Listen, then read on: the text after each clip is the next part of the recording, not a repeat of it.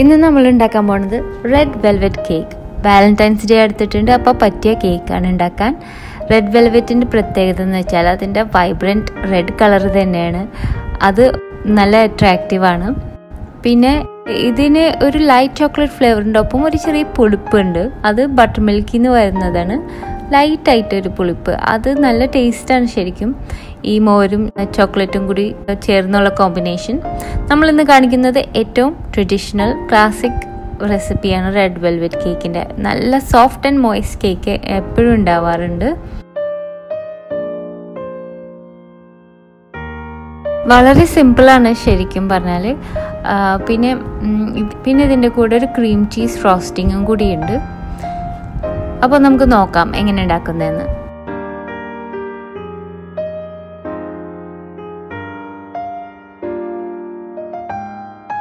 ഞാൻ യൂസ് ചെയ്യുന്ന measurements standard cup and table spoon measurements ആണ്. ഒരു കപ്പ് എന്ന് പറഞ്ഞാൽ 240 മില്ലിയുടെ കപ്പാണ്. അപ്പോൾ ഏറ്റവും ആദ്യം നമുക്കൊരു വലിയ ബൗൾ വേണം, വിസ്ക് ചെയ്തെടുക്കാനാണ്. ഇതിലേക്ക് 1/2 കപ്പ് ബട്ടർ നേരത്തെ റൂം ടെമ്പറേച്ചറിലിരുന്ന് സോഫ്റ്റായ ബട്ടറാണ് ബൗളിലേക്ക് ചേർത്തു.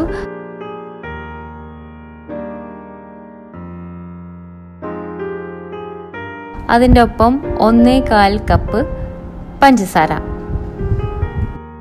അപ്പോൾ ഇത് രണ്ടും കൂടി ചേർത്ത് നമ്മളൊന്ന് ബീറ്റ് ചെയ്തെടുക്കാൻ പോണു. ബീറ്റർ ഇല്ലെങ്കിൽ കുഴപ്പമില്ല, ഹാൻഡ് വിസ്ക് ആയാലും മതി കേട്ടോ. ഇതിലേക്ക് 2 വലിയ മുട്ടയും കൂടി ചേർക്കാൻ പോവാണ്.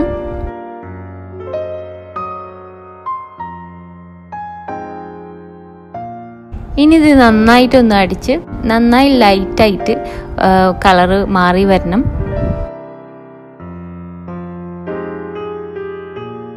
ഈ സമയത്ത് നമുക്ക് കൊക്കോ പൗഡറും റെഡ് ഫുഡ് കളറും കൂടി മിക്സ് ചെയ്തൊരു പേസ്റ്റ് ഉണ്ടാക്കണം. അതിനു വേണ്ടിയിട്ട് 2 ടേബിൾ സ്പൂൺ കൊക്കോ പൗഡർ ഒരു ചെറിയ കപ്പിലേക്ക് ആഡ് ചെയ്യാം. ഡച്ച് പ്രോസസ്ഡ് ഡാർക്ക് കൊക്കോ പൗഡറാണ് ഏറ്റവും നല്ലത് ഈ റെസിപ്പിക്ക് വേണ്ടിയിട്ട്. പിന്നെ 2 ടേബിൾ സ്പൂൺ ഫുഡ് കളറിങ്. ആദ്യം നമുക്ക് 1 ടേബിൾ സ്പൂൺ ഇട്ട് കൊടുക്കാം, എന്നിട്ട് ആവശ്യത്തിനനുസരിച്ച് കൂടുതൽ ചേർത്താൽ മതി. നല്ലൊരു കട്ടിയുള്ള പേസ്റ്റ് ആയി കിട്ടണം.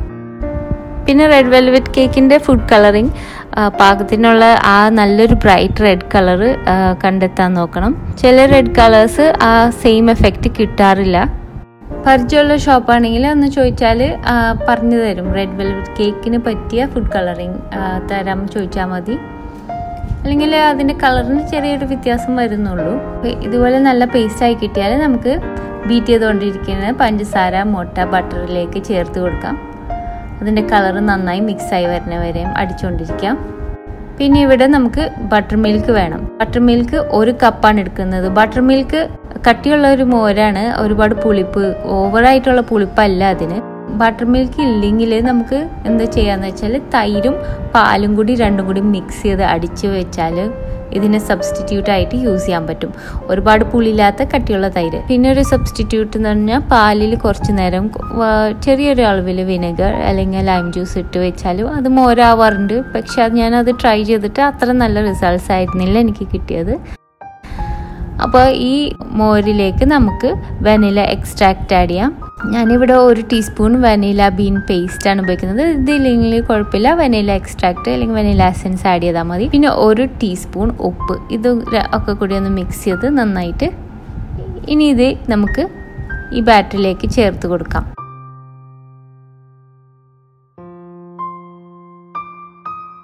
പിന്നെ വേണ്ടത് 2.5 കപ്പ് മൈദ, പ്ലെയിൻ ഫ്ലവർ. 2 രീതി ഉണ്ട് കേട്ടോ. ആദ്യം മോര് ചേർത്തിട്ട് ഫ്ലവർ ആഡ് ചെയ്യാം, അല്ലെങ്കിൽ കുറച്ച് മോര് ചേർത്ത് കുറച്ച് ഫ്ലവർ ചേർത്ത് അങ്ങനെ കുറച്ച് മോരും കുറച്ച് ഫ്ലവർ കുറച്ചായിട്ട് ചേർത്ത് ഓൾട്ടർനേറ്റ് ആയിട്ട് ചേർത്ത് കൊടുത്താൽ പൊടി തെറിക്കാണ്ട് ഒപ്പിക്കാം.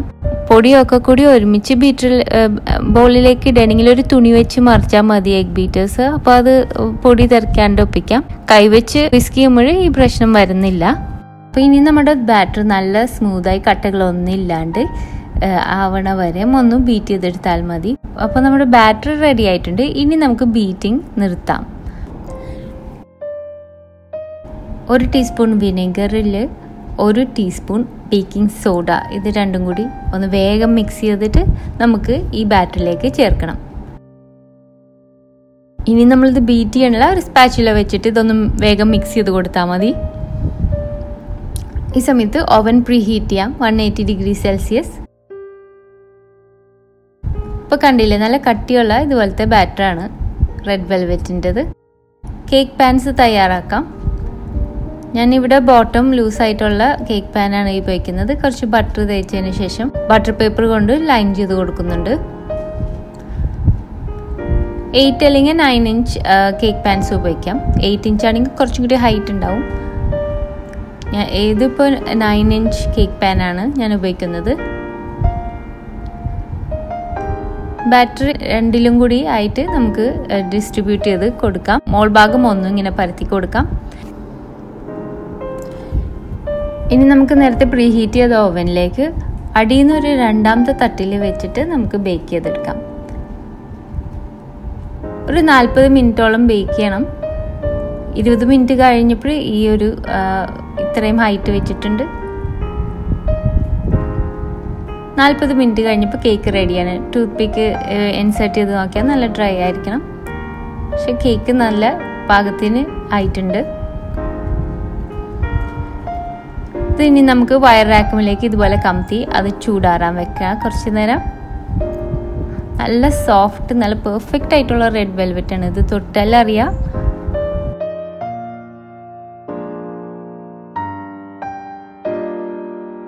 അപ്പോൾ അത് ചൂടാറാൻ വെക്കാം. നമുക്ക് ഐസിങ് ചെയ്യുന്നതിന് മുമ്പ് നന്നായിട്ട് ചൂടാറിയിട്ടുണ്ടാവണം. അപ്പോൾ ക്രീം ചീസ് ഫ്രോസ്റ്റിങ്ങിന് വേണ്ടിയിട്ട് നമുക്ക് 250 ഗ്രാംസ് ക്രീം ചീസ് വേണം. ഞാൻ ഫിലഡൽഫിയ ചീസാണ് യൂസ് ചെയ്യുന്നത്. ഇതിലേക്ക് 1/2 കപ്പ് ബട്ടർ. അപ്പോൾ ക്രീം ചീസും ബട്ടറും രണ്ടും റൂം ടെമ്പറേച്ചറിൽ വെച്ച് സോഫ്റ്റ് ആയി കഴിഞ്ഞതാണ്. ഇതിലേക്ക് 1/4 കപ്പ് ഐസിങ് ഷുഗർ പൗഡറാണ്. ഇത് ചേർത്ത് നമുക്കൊന്ന് നന്നായിട്ട് ബീറ്റ് ചെയ്ത് കൊടുക്കണം. ഒന്ന് ലൈറ്റ് ആൻഡ് ഫ്ലഫി ആവണം. 1 ടീസ്പൂൺ വാനില എക്സ്ട്രാക്റ്റ് ചേർക്കുന്നുണ്ട്. നന്നായി ഒന്ന് ഫ്ലഫി ആയിട്ട് വരുമ്പോൾ നമ്മുടെ ഫ്രോസ്റ്റിംഗ് റെഡിയാണ്. ഇത് നമുക്ക് ഫ്രിഡ്ജിൽ വെക്കാം, അത് ഡെക്കറേറ്റ് ചെയ്യാൻ ടൈം ആവണം വരെ.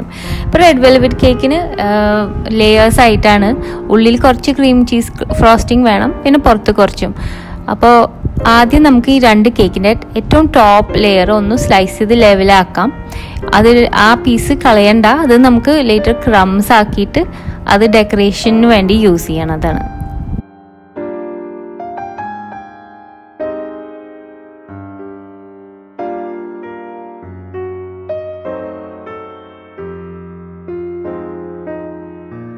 അപ്പം നമുക്ക് കേക്ക് ഡെക്കറേറ്റ് ചെയ്യാം. ആദ്യം ഒരു ലെയർ ഈവൻ ആയിട്ടൊരു ലെയർ ക്രീം ചീസ് വെക്കാം. ആദ്യത്തെ ലെയറിൽ അതിൻ്റെ മുകളിൽ സെക്കൻഡ് ലെയർ. ഇവിടെ ഒരു സ്മോൾ 2 ലെയർ കേക്കാണ് ഉണ്ടാക്കുന്നത്. അപ്പോൾ ഉള്ളിൽ നമ്മൾ ക്രീം ചീസ് ഫ്രോസ്റ്റിംഗ് ഇട്ടിട്ടുണ്ട്. ഇനി സൈഡ്സും ടോപ്പിലും നമുക്ക് കുറച്ച് ഇട്ട് കൊടുക്കണം. പക്ഷെ ഉള്ളിൽ ഇടണ അത്രയും വേണ്ട. പുറത്ത് വളരെ ലൈറ്റായിട്ട് ഈ സെമി ന്യൂഡ് എന്ന് പറഞ്ഞിട്ടുള്ള ആ ഒരു എഫക്റ്റ് മതി. കാരണം അല്ലെങ്കിൽ മധുരം വല്ലാണ്ട് കൂടിപ്പോവും, നമുക്ക് കഴിക്കാൻ പറ്റുന്ന പാകമായിരിക്കില്ല. ഈ റെഡ് വെൽവെറ്റ് കേക്ക് ഞാൻ വളരെ സിമ്പിളായിട്ടാണ് ഇന്ന് ഡെക്കറേറ്റ് ചെയ്യണത്. ടോപ്പ് എടുത്തിട്ട് നമ്മൾ ഇതുപോലെ ക്രംസ് ഉണ്ടാക്കുകയാണ്. നേരത്തെ സ്ലൈസ് ചെയ്ത് വെച്ച ആ ടോപ്പ് വെച്ചിട്ട് എന്നിട്ട് ഇഷ്ടമുള്ള പോലെ അതിൻ്റെ മുകളിൽ നമുക്ക് ഡെക്കറേറ്റ് ചെയ്യാം. ഞാനിതിപ്പോൾ എൻ്റെ മോള് പറഞ്ഞ പോലെയാണ് ഡെക്കറേറ്റ് ചെയ്യണത്. വളരെ സിമ്പിളായിട്ടാണ്. ബാക്കി ക്രീം ചീസ് ഫ്രോസ്റ്റിംഗ് ഉണ്ടെങ്കിൽ നമുക്ക് കുറച്ച് എന്തെങ്കിലും പൈപ്പിംഗ് ചെയ്യാം, നിർബന്ധമൊന്നുമില്ല. അങ്ങനെ വളരെ പെട്ടെന്ന് എൻ്റെ ഡെക്കറേഷനും കഴിഞ്ഞു.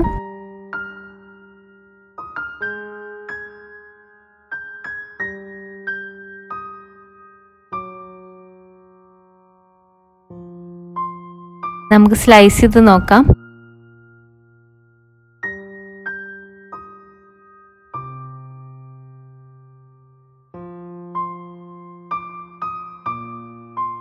ഇപ്പോൾ കണ്ടില്ലേ, നല്ല വെൽവെറ്റ് പോലെ തന്നെയാണ് നമ്മുടെ റെഡ് വെൽവെറ്റ് കേക്കിൻ്റെ ടെക്സ്ചർ. വളരെ സോഫ്റ്റ്, മോയിസ്റ്റ്, നല്ല ടേസ്റ്റ് ഉള്ള ഒരു കേക്കാണ്.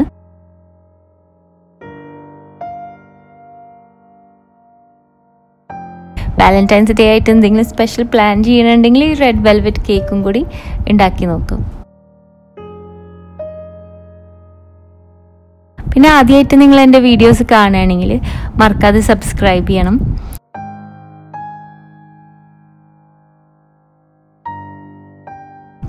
അടുത്ത പ്രാവശ്യം നല്ലൊരു റെസിപ്പി ആയിട്ട് വരുന്നത് വരെ thanks for watching and bye from Shana.